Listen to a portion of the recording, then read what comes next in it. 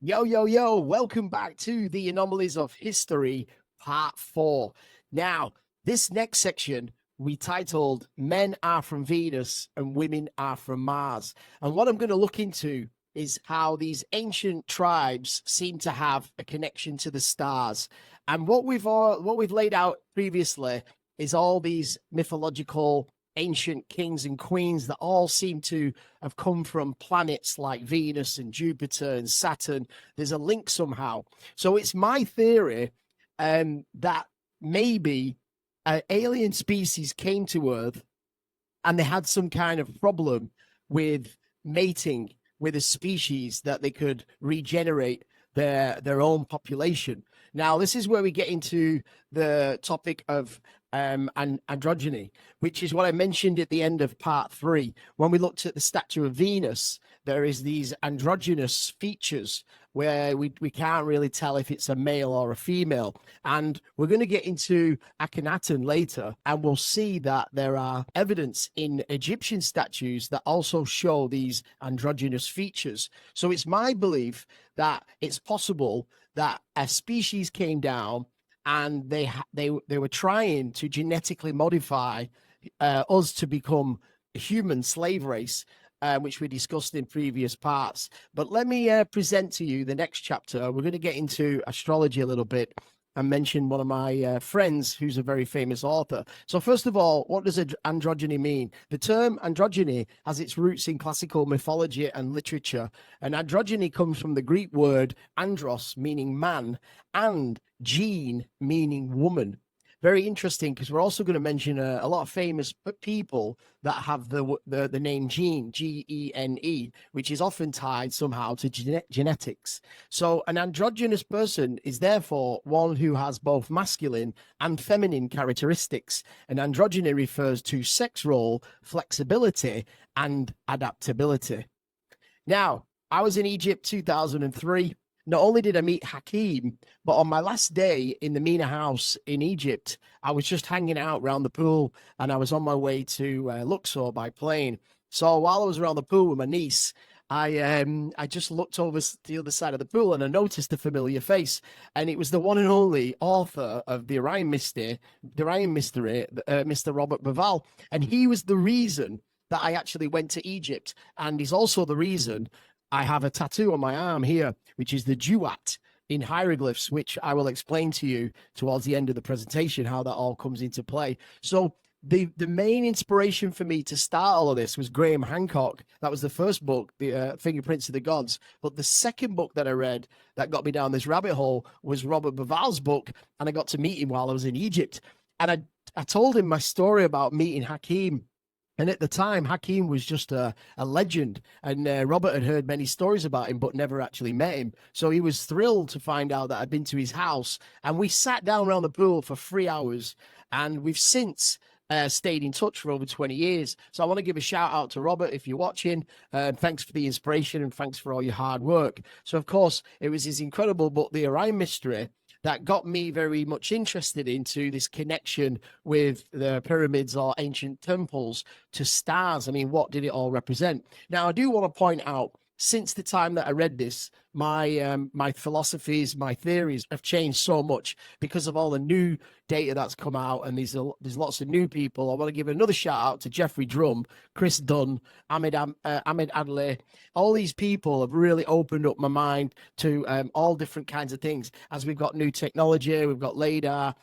So all I want to say is I'm just thankful that these kind of books got me started and got me questioning everything. Now, I'd like to show you an old clip of Robert that I found on YouTube, which it's him and Hawas going head to head on their difference of opinion on this theory. And this kind of mentality is still very much rife in the world, which is why people like me can never really find the true answers to the questions that we desire. Here you go. To more closely examine the subjects of this heated debate, John Quinones takes us inside one of the world's great treasures.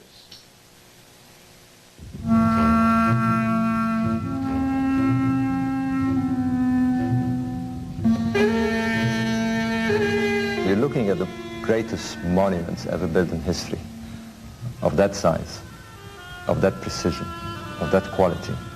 of that antiquity. And yet we have no texts, we have no drawings, we have no plans. What we have here is a gigantic question mark. Robert Bauval has spent 12 years searching for the key to one of the world's oldest mysteries. Why were Egypt's pyramids built? And why here, in the middle of the desert? For 4,500 years, John, this site, these pyramids, have stubbornly kept their secret. And suddenly, in the last few years, we're breaking through. The answers, he says, lie in the heavens. The Egyptians were the world's first astronomers, and they were also the first to name the constellations. Among the most important was Orion, which represented Osiris, the all-powerful god of the afterlife. Bauval was intrigued by all of this, so he combined his background in engineering with astronomy and compared the location of the 3 pyramids at Giza with the positioning of the 3 main stars in the belt of Orion. It occurred to me that you had 3 stars, you had 3 pyramids on the ground, and the next thing was to notice that the little star, the topmost star, was offset a little bit to the east. Just like what you see on the ground. And immediately it was like 2 pictures overlapping in my mind, and I saw the pyramids in the sky. He then went a step further. He began studying the Great Pyramid of Cheops, the first and largest pyramid. Inside this massive tomb, we find burial chambers for the king and queen, a great gallery, and 4 shafts, 2 of them supposedly used for ventilation. Bauval followed the trajectory of the southern shaft and discovered that it led directly to the constellation of Orion. The shaft pointed very precisely to Orion's belt. It is, in short, a finger. The pyramid points to its place in the sky. According to Bauval's theory, when a pharaoh died, his body was mummified and then laid inside this great pyramid. It was part of an elaborate funeral ceremony that may have lasted months. And then, late one night, as the constellation of Orion appeared in the heavens, the king's spirit began its celestial journey. From this burial chamber, says Bauval, the king's soul would fly through the southern shaft, and now resurrected, would find its final resting place among the stars. I've discovered that their intention was to build a afterworld, a world for the dead, a world for these monarchs that they believed existed in the sky. This theory, it's just fantasy. It's a fantasy theory. Zahi Hawas is perhaps the world's best-known expert on pyramids. We as Egyptologists try to write what's true. Try to write with evidence. You can't make a theory without evidence. As director of the Giza necropolis, the sprawling cemeteries that surround the pyramids, Hawas has little time for theories. And it's fascinating. This is the world's oldest tunnel? Oldest tunnel in history. If they did not cut that tunnel here, they have to go on the other side of the pyramid. It will be a very long detour. The pyramids, he says, were nothing more than royal tombs dedicated not to the stars, but to the sun. In fact, for hundreds of years, archaeologists have maintained that life in ancient Egypt revolved around the sun. The sun god Re, he was the main cult. The king, when he dies, he wants to become the sun god Re. Why was the sun so important to these people? This is the god who create the people in the morning. This is the god who do everything for the king. But Robert Bauval says he has written proof that these pyramids were indeed launch pads to the afterlife. To find it, we have to travel a few miles south to Saqqara, home of the world's first pyramids.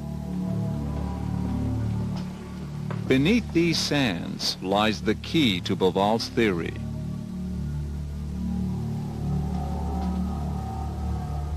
Oh, this is amazing. These are the pyramid texts, John. The pyramid texts, 4,500-year-old hieroglyphics, a kind of Egyptian Bible documenting a pharaoh's life and his relationship to the gods. They repeatedly tell us the king becomes a star, the king becomes a star, the king becomes a star in the constellation of Orion. The texts show the 3 stars of Orion sitting right next to a celestial river, the Milky Way.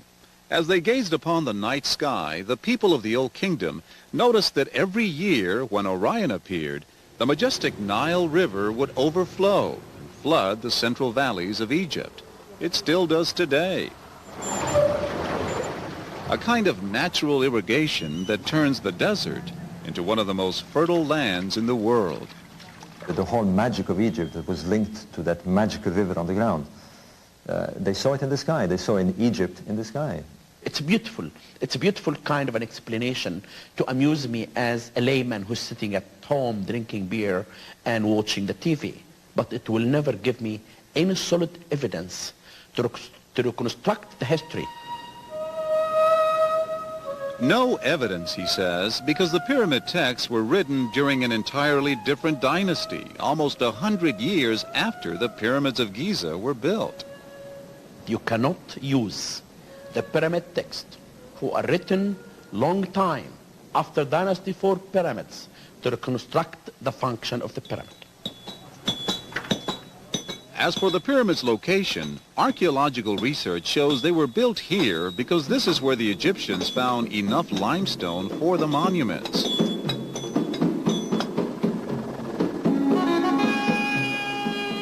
It was also the only place with a solid rock foundation that would keep the pyramids from sinking into the desert. But archaeology has certainly not put an end to all the theories about the pyramids. I have been answering hundreds of theories. Every theory will stay for 2 months, and after that it will go with the wind. Hawas has heard it all before. Theories that the pyramids were built by people from the lost civilization of Atlantis, by aliens or slaves. The ruins he's uncovered, he says, should put all those theories to rest. Take, for example, his latest discovery. This discovery, as I told you, is very important because this is unique architecture. A burial ground for common workers who built the pyramids. All of this is mud brick tombs. So there are symbols of pyramids all over. Yes, like this exactly. This is the first time the tombs have been shown to the public. They had this disease called bilharzia, and this disease eats the organic material in the body of the workman. And this is why all the skeletons that we found here died between the age of 30 to 35. So far, 600 skeletons have been unearthed here, each of them found in the fetal position facing the pyramid of the king. What does this tell you about their position in society? This will, first of all, will tell us that the pyramid builders were not slaves. They were not slaves. Could they have been slaves who were given tombs? No way. Those people are the people who made the eternity for the king, who made the king to be a god. And this is why the king gave them the privilege to be buried in his shadow. Slaves, he says, would have never been buried so close to the king. While we watch, Hawas's team finds skeleton number 601. All the 600 skeletons of women and men, they had a stress on their back because they were moving heavy stuff up to the pyramid. They were moving large blocks up to build the pyramids. So they had a stress on the back? They had a stress on the back.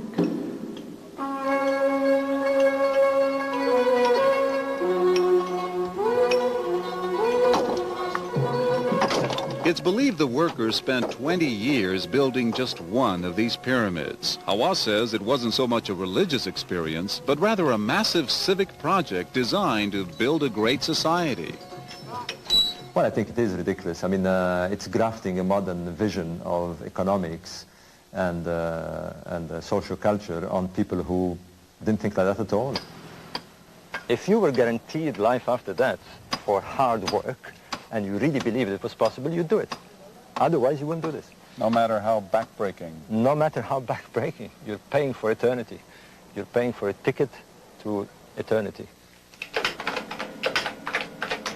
Bauval is spreading his message in a book called The Orion Mystery, already a bestseller in England. It looks like there's something to be examined here. He's getting rave reviews and is now on the lecture circuit. Now what you're seeing is a direct overhead of the Great Pyramid. Why has your theory been so well received in England? I think because it makes sense. I think that the human mind likes things that make sense. I always advise any one of my friends who doesn't have a job in America, you know what I tell them? Come by the pyramids, take some photographs. Go to New York and think about any crazy idea. And write a book. You'll be rich. In just the last couple of years, Hawas and his team of archaeologists have discovered the ruins of an entire city at Giza, including yet another pyramid. They're now rebuilding it.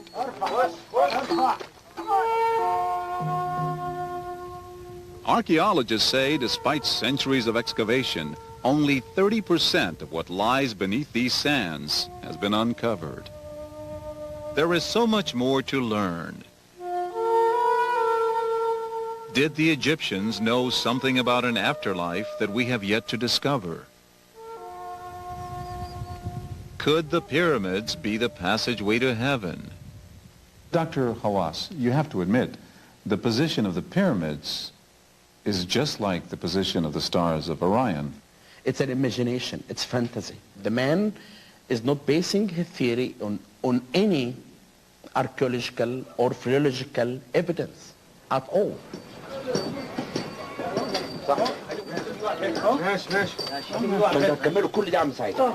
For now, the archaeologist is busy restoring the Great Sphinx.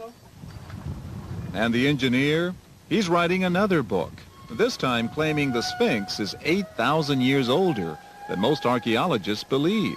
As for his controversial claims about the pyramids, What if your theory is proven wrong? I don't think it will be proved wrong. I don't think it will be proved right. We're left with a question mark, and that's the beauty of it. And welcome back.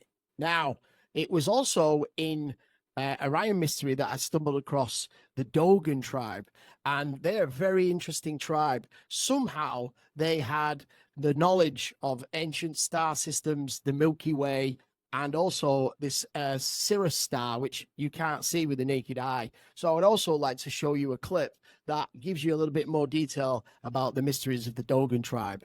Here you go.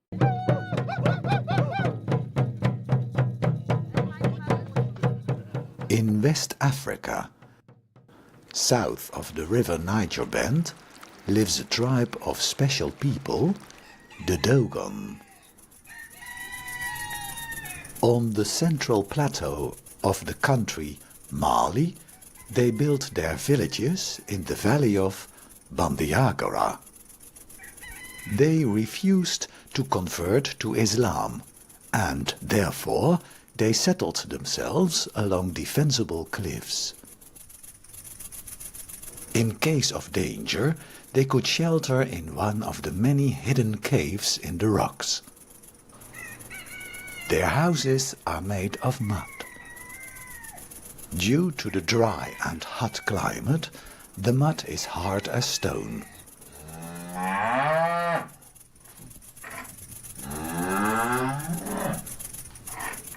Their main trade goods are onions. The precise origin of the Dogon is not known. The Dogon are believed to be descendants of the old Egyptians. For thousands of years, the Dogon kept an incredible secret. The Dogon priest is called Hogon. Around 1931, 4 Hogon priests shared advanced astronomical information with 2 French anthropologists in the Toguna, the House of Words. This knowledge is part of their animistic religion and written down on secret stone tablets. They knew for thousands of years that the Sun is the central point in our solar system. They also knew that the planet Saturn has several rings and that the planet Jupiter has moons. They even knew that the Big Bang was the origin of the stars and that the Milky Way is an expanding spiral.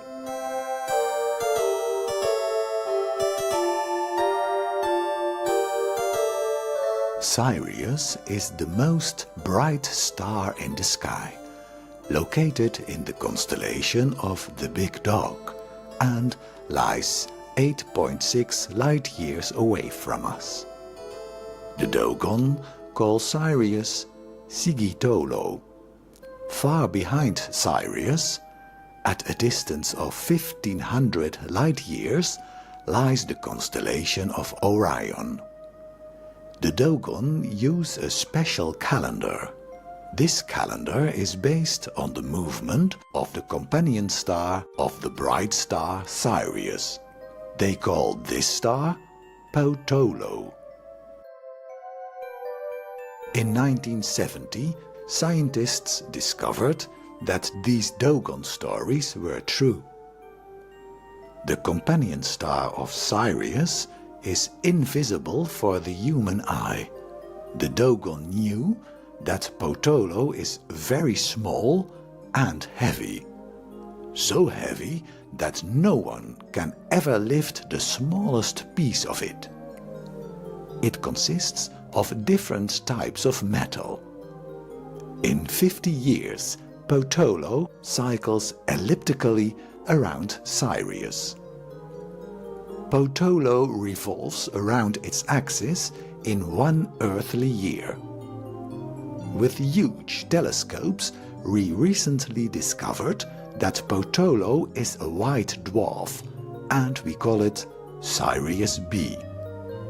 The Dogon were right. The Dogon even knew that there is a second star cycling around Sirius. They call this star Emme. Above all, they knew that Emme has a planet. They called this planet Nyan. In 1995, 2 French researchers had clues that there is a Sirius C orbiting around Sirius with a period of 6 earthly years. They observed typical motions in the Sirius star system. Sirius C can be a red dwarf with half the mass of Sirius B. Recent studies also confirmed the possibility of a third star. The Dogon also speak of the Nommo, strange, intelligent amphibian creatures. Nommo means the monitors, teachers and masters of the water. They resemble mermen and mermaids, the people of the sea. The Nommo live on the planet Nyan. They breathe through their clavicles.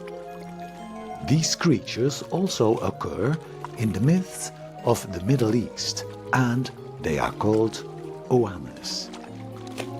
The Egyptian goddess Isis is also linked with this bright shining star. Thousands of years ago, the Nommo visited the Earth. They arrived in an interstellar spaceship.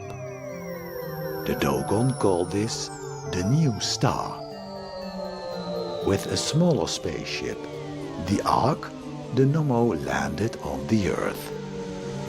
They contacted the Egyptians and Sumerians.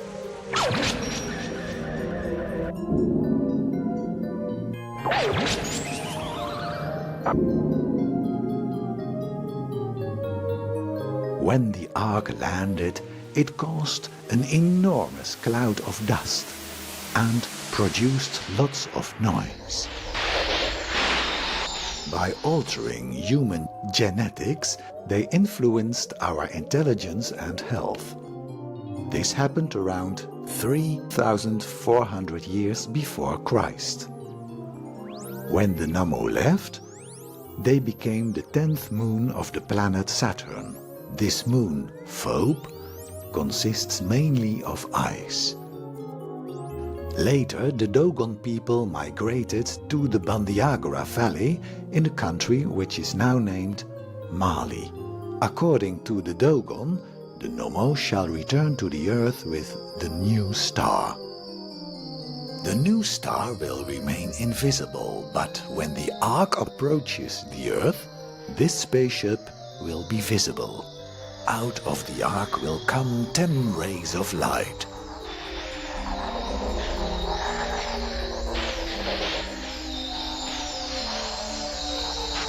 Because the knowledge of the Dogon is passed through oral tradition, there are different versions of these myths. Maybe new discoveries in the star system of Sirius will prove the Dogon are right, and that the old Egyptians and Sumerians have been in contact with aliens. Future will tell. And welcome back again. Now, talking about etymology, when I talk about the Dogan, then we cannot avoid this ancient god called Dagon, also known as Oannes. And if you look at this ancient cuneiform picture here, you will see that same logo again that I brought up in the previous episodes, and what looks like some kind of energy device.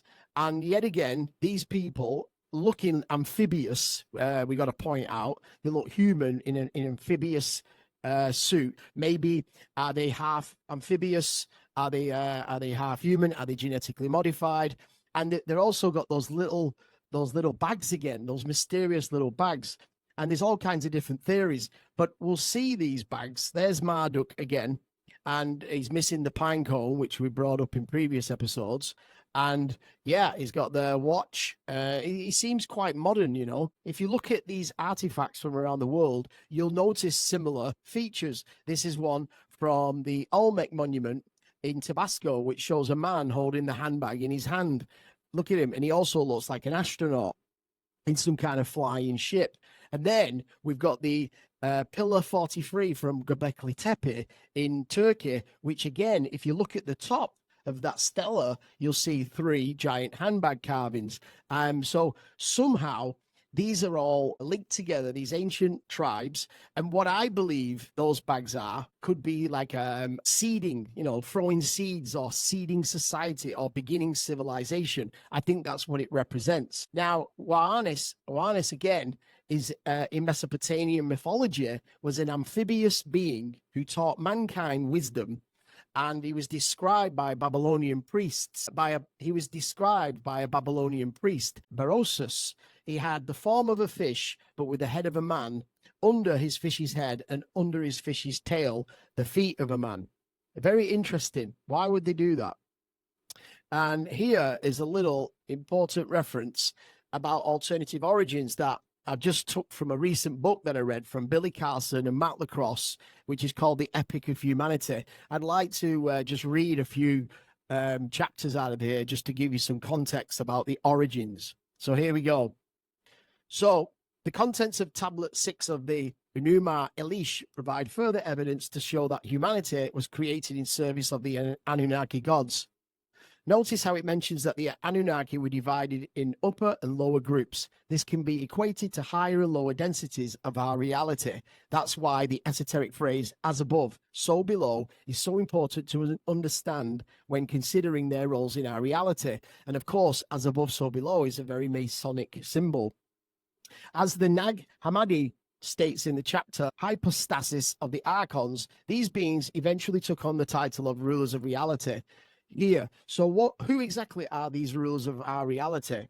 Anu is considered the divine ruler of this group of deities, gods that call themselves the Anunnaki or the Anuna, which is where the name is actually derived from. For those that are still skeptical about the terms Anunnaki and the Anuna, they are mentioned more than 50 times across numerous cuneiform tablets, showing that it's not simply an isolated term created by one man, but supported by the world's leading experts.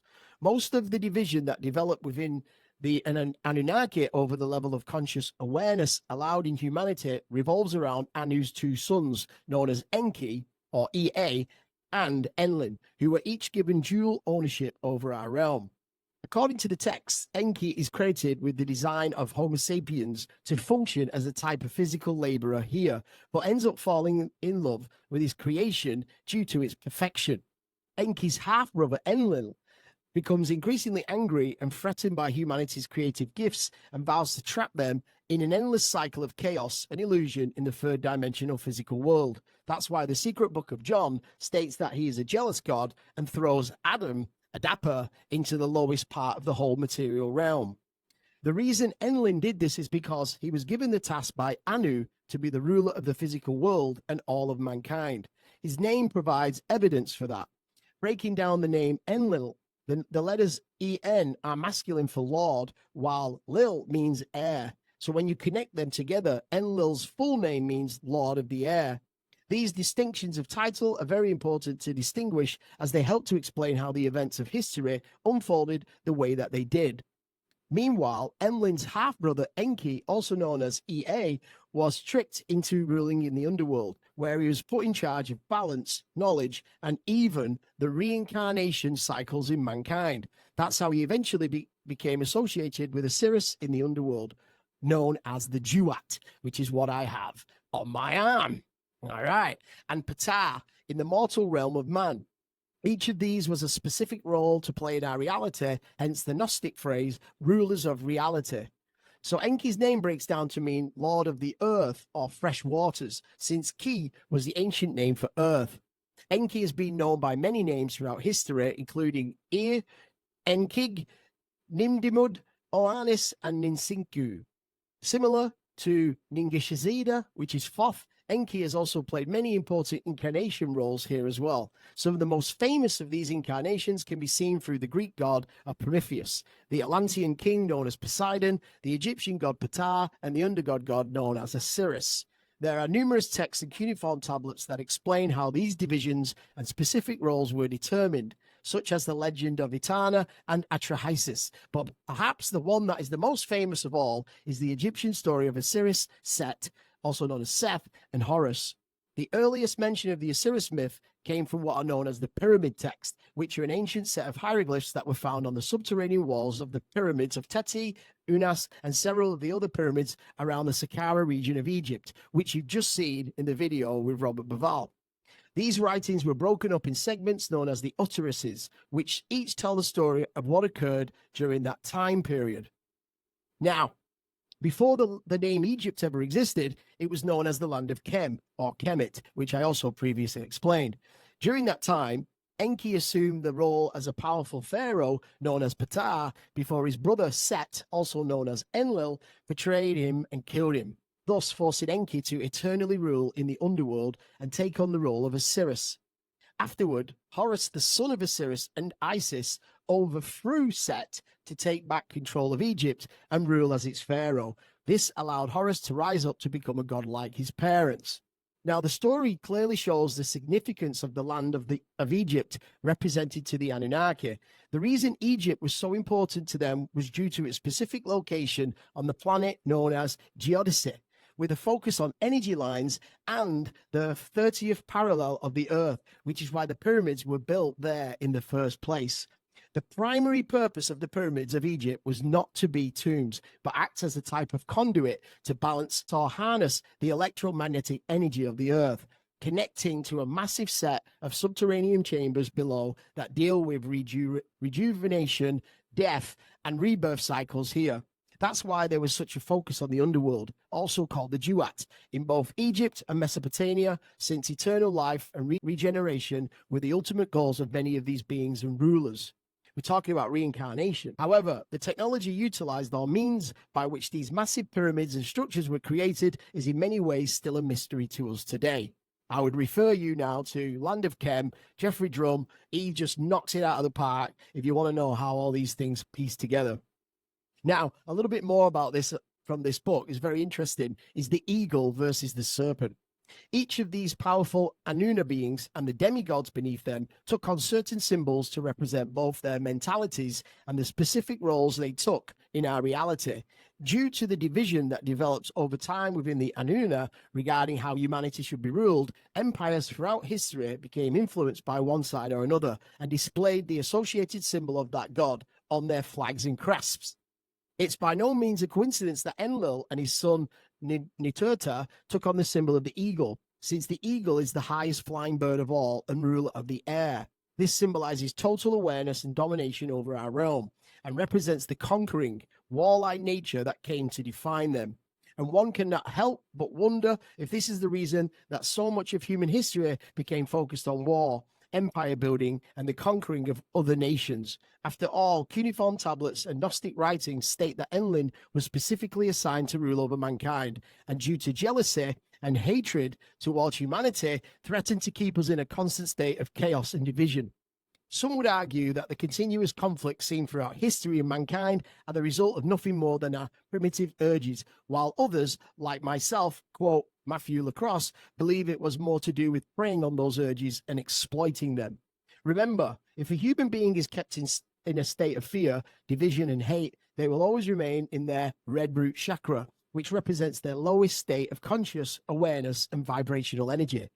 These various incarnations, names, and titles held by the Annuna can be accurately identified by studying the clues left behind in ancient murals and texts, and then separating out the various traits and symbols that each one of them carried.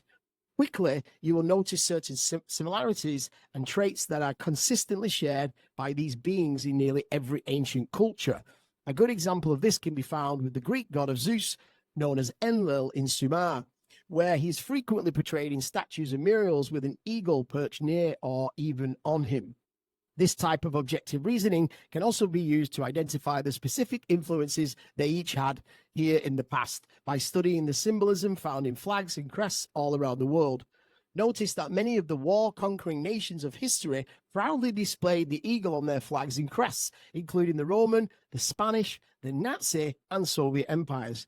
It may be quite shocking for many to realize that even the United States eventually adopted the symbol of the eagle as well, even though several of its early founding fathers basically opposed that choice and preferred a turkey instead.